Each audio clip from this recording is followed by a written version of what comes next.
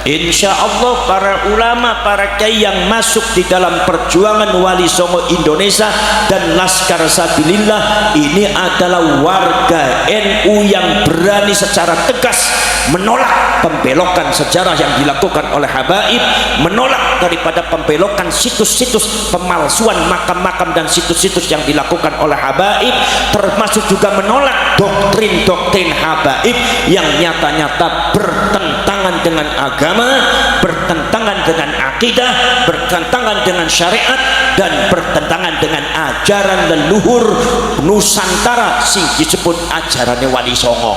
Kina pembadan niki sing wani iki kumpule ning PWI, sing wani iki kumpule dumateng Laskar Sabilillah. Milo syaratnya dadi Laskar Sabilillah syaratnya mung setunggal apa ya wani, sing ora wani gak usah melu. Kina pembadan mungkin apa mboten. Jadi para sedherek, para sedulur, maka dari itu dari sejarah pendirian daripada PWI dan Laskar Sabilillah, maka kita bisa menyatakan bahwa PWI dan Laskar Sabilillah itu bukan tandingannya NU, itu bukan berseteru dengan NU. Laskar Sabilillah ini adalah proses justru semuanya adalah warga Nahdlatul, dan untuk memperjuangkan ke-NU-an, sebab fakta sejarah sementara ini yang berkaitan dengan pergerakan Ba'alwi dan Habaib ini banyak dirugikannya adalah orang-orang lah. Kenapa orang Muhammadiyah, orang anak korban wong Muhammadiyah? Karena di Muhammadiyahnya nggak ada habaib. Habaib itu kumpulan ning wong NU kabeh.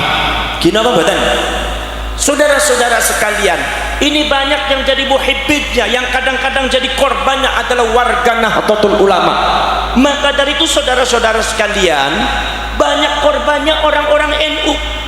Makanya orang-orang NU, para syekh, para rasul yang kerap kadang-kadang datang kepada saya, itu adalah orang-orang NU yang sadar terhadap doktrin-doktrin sing ora bener. Contohnya nopo? Doktrin barokah, doktrin barokah dan syafaah. Kula kali panjenengan iki masyarakat Seragen sedang menghadapi satu klan di mana klan itu mengglorifikasi diri sendiri. Glorifikasi ngertos napa mboten? Paham napa mboten? Gak ngerti?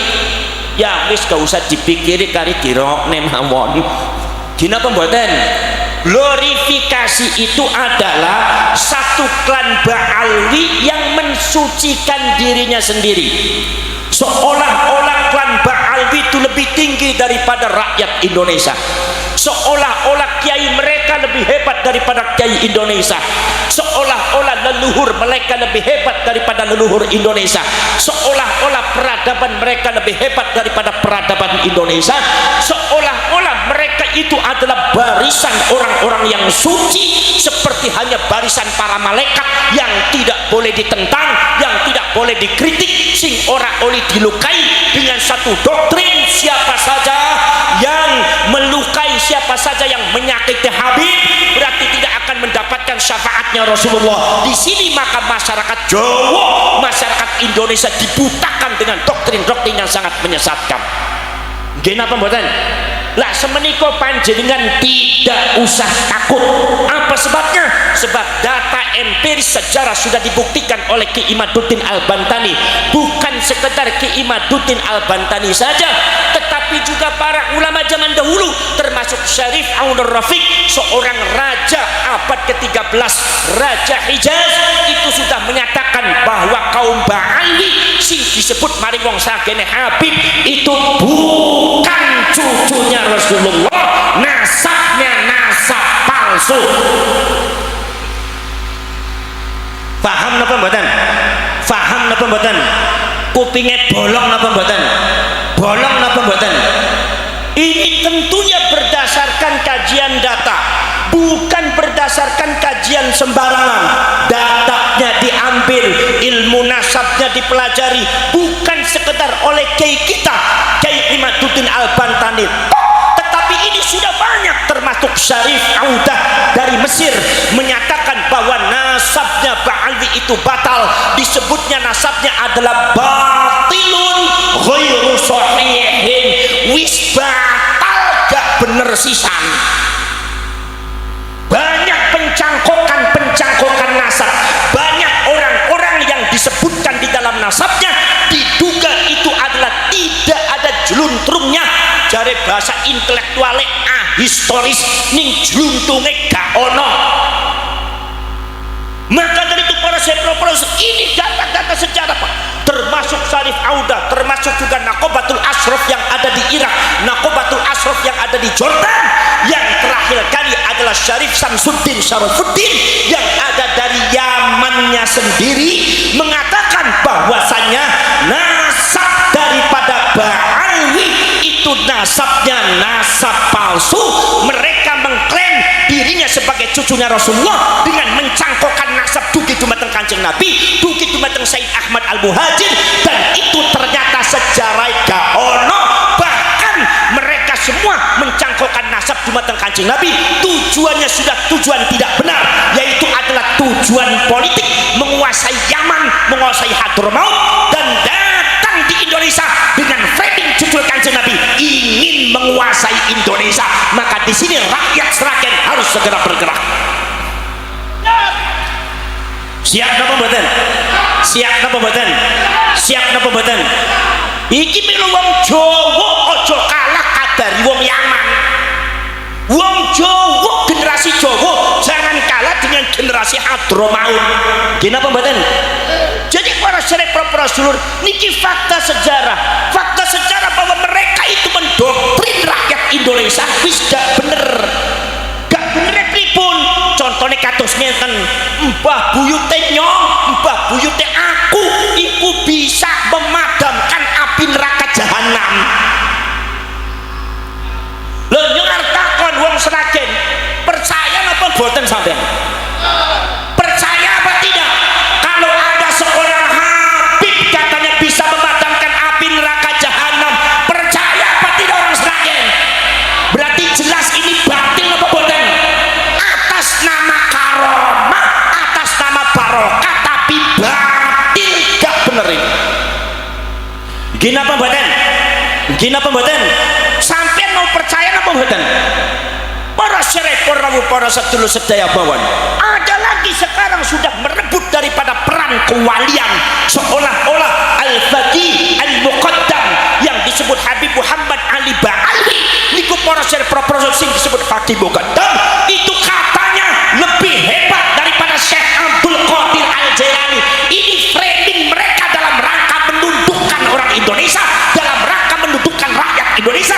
Sebab rakyat Indonesia dari dulu ketika panjenengan kabeh niku mempelajari Wali Songo sudah ditanamkan satu doktrin keagamaan bahwasanya anggene Fatihah setunggal teng Kanjeng Nabi, nomor kali teng sahabat, tabiin dan tabiin selajenge Fatihah dumateng Sultanul Aulia Syekh Abdul Qadir.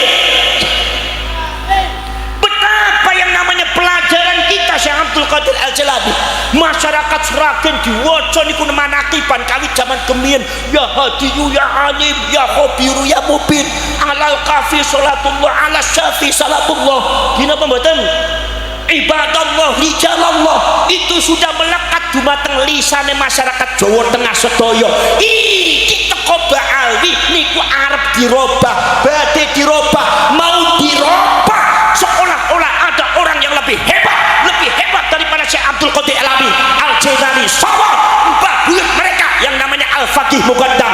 Nyuwun sewu, Faqih Muqaddam niku para syarek para sedulur berdasarkan data sejarah di framingnya adalah sebagai orang yang lebih hebat ketimbang Imam Syafi'i. Tapi Faqih Muqaddam itu orangnya tawadhu, makanya mengikuti mazhab Syafi'i. Katanya seperti itu, katanya bahwa yang namanya Faqih Muqaddam itu adalah seorang mujtahid, seorang yang istimewa, seorang waliullah, tidak ada tandingnya dari mulai sekarang sampai zaman akhir zaman. Betapa framing mereka sangat luar biasa, betapa doktrin mereka sangat merasuki yaitu adalah otak lan ati penggaline panjenengan sedaya. Boten kraos panjenengan itu dibius satu persatu menjadi orang yang mati suri. Para cerek, para sedulur sedherek, setelah kita gali siapa Al-Faqih Muqaddam, ternyata di dalam Tabaqatul Ulama wal Fuqaha, di dalam sejarah para ulama fikih dan fuqaha yang ditulis oleh para ulama-ulama seluruh dunia niku tidak ada catatan seorang Faqih Muqaddam, termasuk juga fuqaha dan para ulama ahli fikih Yaman juga tidak mencantumkan Faqih Muqaddam sebagai wong sing ahli fikih, wong sing ahli hadis orang mana. Ini menunjukkan bahwasannya Faqih Muqaddam itu tidak sebesar apa yang mereka ceritakan, tidak sebesar apa yang mereka doktrin di mata masyarakat Sragen.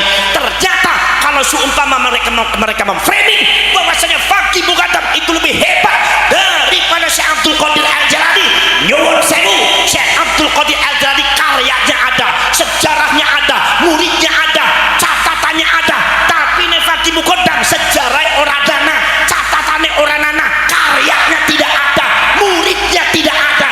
Jadi framing semacam ini jelas ada tujuan dalam rangka melumpuhkan kegiatan dan doktrin keagamaan orang-orang Jawa sing mereka manut dan hormat di mata Syekh Abdul Qadir Al-Jalani segera akan diganti dengan Syekh Faqih Muqaddam, satu framing yang sangat tidak benar.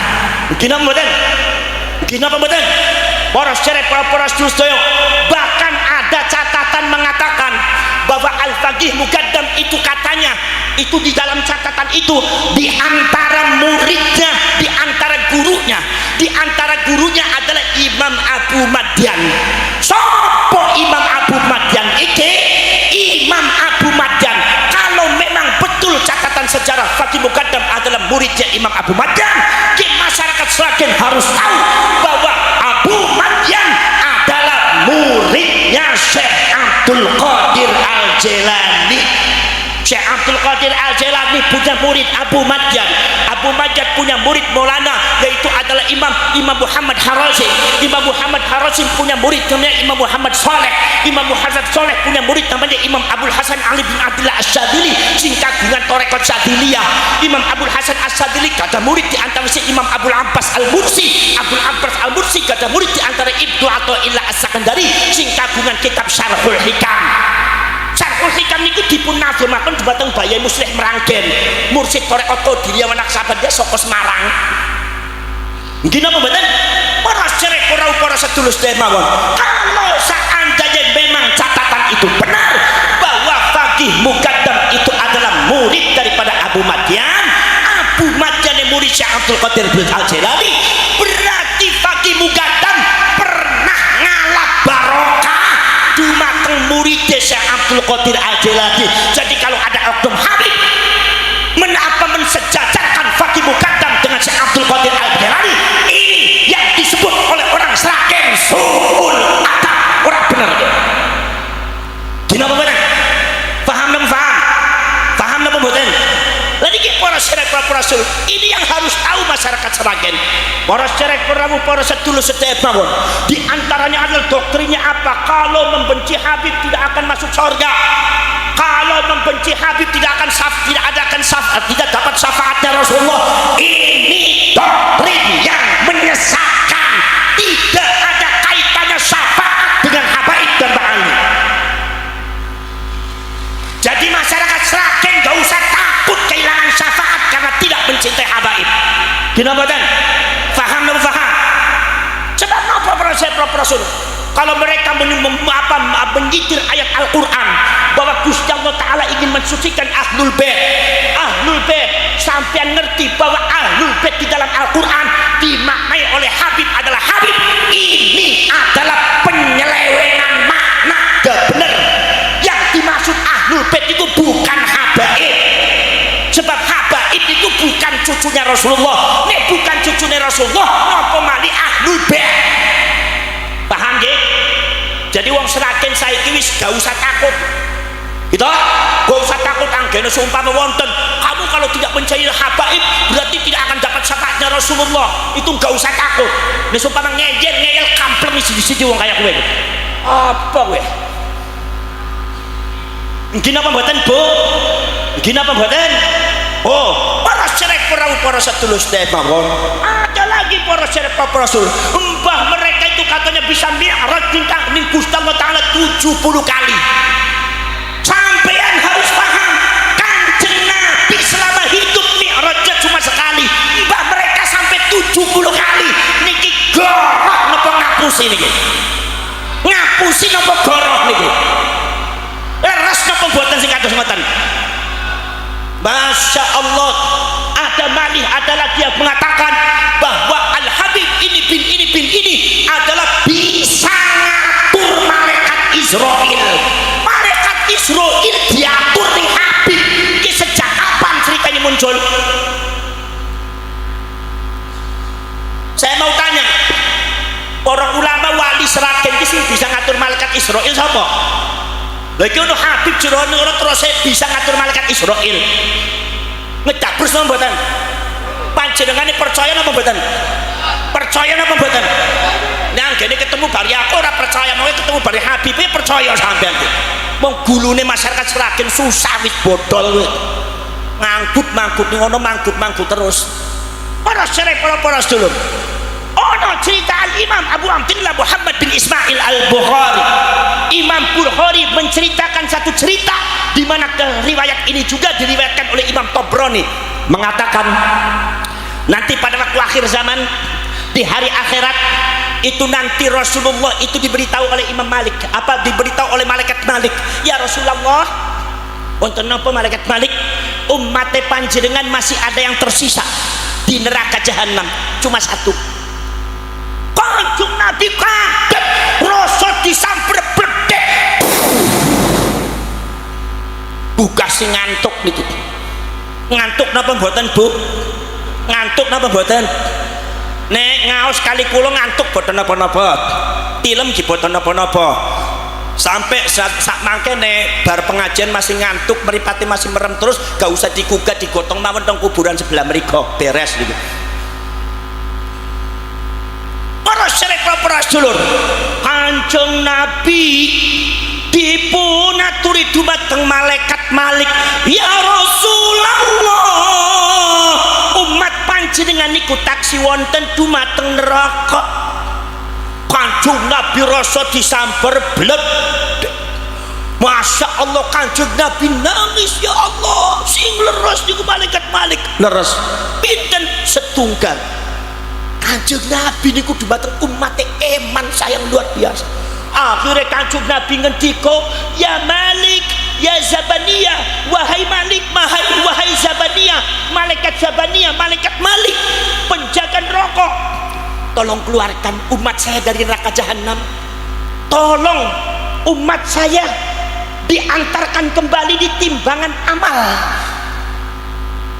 supaya nanti amal baiknya akan saya duduk sendiri, supaya amal baiknya lebih berat daripada amal buruknya. Kanjeng Nabi meminta kepada malaikat Malik supaya umatnya Rasulullah dikembalikan ke timbangan amalnya, dan Kanjeng Nabi akan duduk di amal baiknya, sehingga amal baiknya umatnya lebih berat daripada amal buruknya. Apa jawabnya malaikat?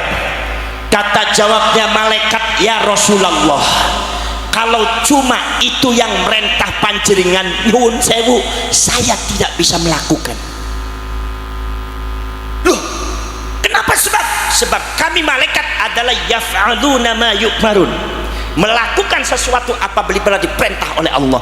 Kalau itu bukan perintah Allah, kami tidak bisa melaksanakan. Kalau itu hanya perintah panjenengan. Akhirnya akhirnya Kanjeng Nabi matur dumateng Gusti Allah, nangis dumateng Gusti Allah, sujud dumateng Gusti Allah. Akhirnya Gusti Allah merintahkan malaikat, kowe umat Muhammad ambil segera ditaruh di timbangan amal, biar nanti Kanjeng Nabi Muhammad nanti akan duduk di amal baiknya, sehingga lebih berat daripada amal baiknya, dan segera dimasukkan di dalam surga. Artinya apa? Ketika malaikat Malik diminta oleh Rasulullah untuk ngambil umatnya, malaikat Malik menolak. Kenapa? Karena yang perintah adalah Rasulullah, bukan Allah. Ini menunjukkan dari hadis ini, Kanjeng Nabi saja tidak bisa ngatur malaikat. Loh, iki ono Habib Seragen bisa ngatur malaikat, sokon piye? Ngedabrus apa mboten? panjenengan percaya bre panjenengan mangke gadah torekot anyar napa torekot ngedab Rusia nggih napa mboten lagi para sedherek ini berdasarkan fakta sejarah. Kalau seumpama kula kali panjenengan kabeh para sedherek sedulur meluruskan sejarah di tanah Jawa itu sejak zamannya Belanda sudah dibelokkan. Bahkan saya mendengar saudara-saudara sekalian bahwa babat tanah Jawa pun itu atas dasar perintah Belanda, sehingga banyak cerita-cerita yang tidak benar, termasuk cerita tentang masalah sejarah Amangkurat I yang katanya itu membunuh 5.000 ulama yang suka kepada istrinya orang. Itu saudara-saudara, ini adalah cerita Belanda dalam rangka menumbuhkan, memframing negatif, membuat asumsi yang negatif terhadap tokoh-tokoh Indonesia. Untung Amangkurat I begitu meninggal dunia Allah membuktikan jasadnya baunya wangi. Begitu dikubur, digali tanahnya wangi, sekitarnya bau wangi. Yang menyaksikan bukan 1-2 orang, ribuan orang menyaksikan sampai 41 malam bau wangi. Maka di Tegal di kuburannya disebutnya Tegal Wangi, Tegal Arum.